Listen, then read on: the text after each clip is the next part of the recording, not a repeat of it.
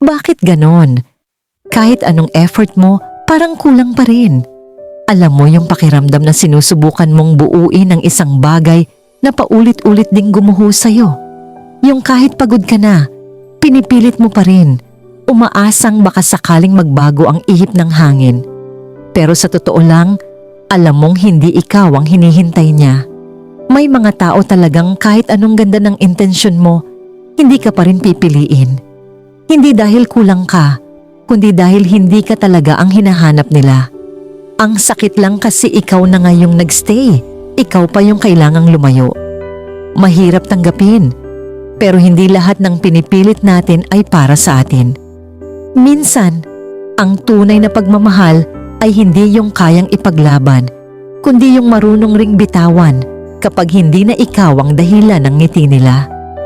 Kaya kung nararamdaman mong ikaw lang ang nagdadala ng bigat, baka oras na para buhusan mo rin ng pagmamahal ang sarili mo. Hindi ka selfish kung pipiliin mong lumayo sa mga bagay na paulit-ulit kang sinasaktan. Ikaw hanggang kailan mo titiisin ang sakit na ikaw lang ang may gustong magpatuloy? Comment mo sa baba.